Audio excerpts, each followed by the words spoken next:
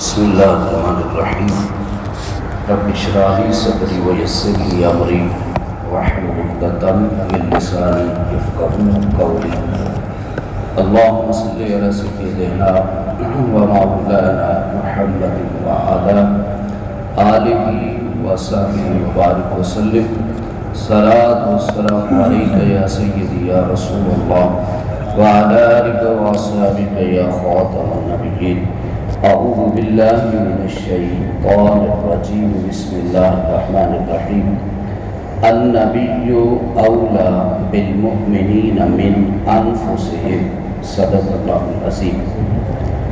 نبی ایمان والوں کی جانوں سے بھی زیادہ ان کے مالک ہیں۔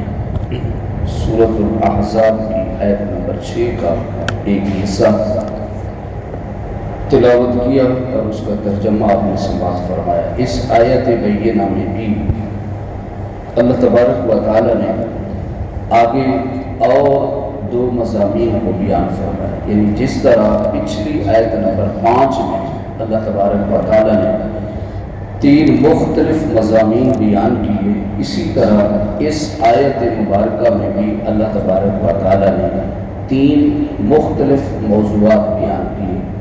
اس لیے آج کے درس میں جو پہلا موضوع یہاں پر اللہ تبارک و تعالی نے بیان فرمایا ہے وہ یہ ہے کہ ارشاد فرمایا کہ النبی اولی بالمؤمنین من انفسہم، نبی ایمان والوں کی جانوں سے بھی زیادہ ان کے مالک ہیں۔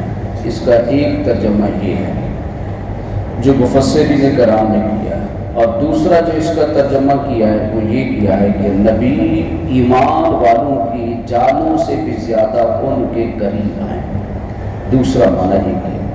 اور تیسرا معنی جو کیا ہے اولا کا، کیونکہ اس میں لفظ اولا ہے اور عربی میں اولا کے مختلف معنی ہیں اور مختلف معنی کے ساتھ ان کی تفسیر اور تشریح بھی الگ ہے۔ اور تیسرا جو معنی کیا گیا کہ اولا کا معنی شفیع کیا گیا، یعنی نبی ایمان والوں کی جانوں سے بھی زیادہ ان کے اوپر شفیق ہیں۔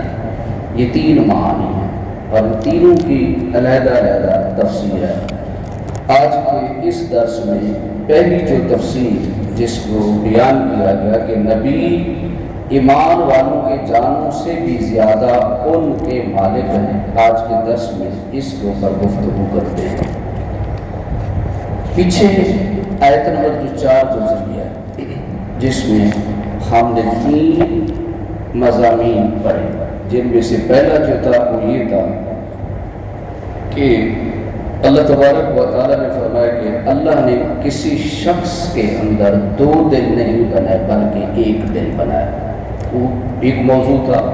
اور دوسرا موضوع یہ تھا کہ جو لوگ اپنی بیویوں سے زہار کر لیتے ہیں، اپنی بیوی کو ماں بہن بیٹی کہہ دیا، یا جسم کے کسی حصے کو ماں کے جسم کے حصے سے تشبیہ دے دی بیوی کے جسم سے، تو اس پر فرمایا کہ اس کے اوپر نہ اس کو طلاق ہوتی ہے بلکہ یہ زہار ہے۔ اور تیسرا جو مضمون ہوا تھا کہ جو منہ بولے بیٹے منہ لائے پالے اولاد کے متعلق اللہ تبارک و تعالیٰ نے اس کے احکام نازل فرمائے تھے۔ اب یہ تینوں جو مضامین تھے یہ اس وقت جب قرآن مجید قرآن رشید نازل ہوا، یہ تینوں مضامین اس وقت کے رسم و رواج کے بالکل مخالف تھے، اور ان کے ان رسوم و رواج کو ختم کرنے کے لیے اللہ تبارک و تعالیٰ نے یہ 3 احکام نازل فرمائے۔ تو یقیناً اوائل اسلام کا جس طرح اہل کفر کو یہ مسائل بڑی حیرانگی کا سبب تھے، اسی طرح اہل ایمان کے لیے بھی یہ بڑی حیرانگی کا سبب ہوتے کہ ایک چیز جو صدیوں سے چلی آ رہی ہے، اور آپ جانتے ہیں کہ اس چیز کو چھوڑنا جو ہے مشکل ہو جاتا ہے، رسم و رواج کو، کیونکہ جس طرح اوائل اسلام میں عالم کفر دنیا رسم و رواج کی زیادہ پابندی کرتی تھی، آج اگر ہم اپنے معاشرے کو بھی دیکھیں تو ہمارا بھی یہی حال ہے. ہمارے معاشرے میں دین سے زیادہ رسم و رواج کی پابندی کی جاتی ہے. دین کے احکام سے زیادہ رسم و رواج کو مانا جاتا ہے. اور بعض اوقات تو ہم ایسے ہو جاتے ہیں کہ ہم ہاتھ کھڑے کر لیتے ہیں، بھئی ہم کیا کریں، مجبور ہیں. یہ ہماری کیفیت ہو جاتی ہے. اس کی عام سی مثال ہم شادی بیاہ کی لیتے ہیں. شادی بیاہ پر جو ہماری شادیوں کے حالات ہوتے ہیں، میں نے کئی دیندار لوگوں کو دیکھا ہے، وہ کہتے ہیں جی کیا کریں گے، اب حالات ہی اس طرح کے مجبور ہو گئے کہ ہم کچھ نہیں کر سکتے. تو یہ اگر ہم دیکھیں تو اس وقت کے زمانہ جاہلیت کے جو الفاظ تھے وہی الفاظ آج ہمارے معاشرے میں بولے جاتے ہیں.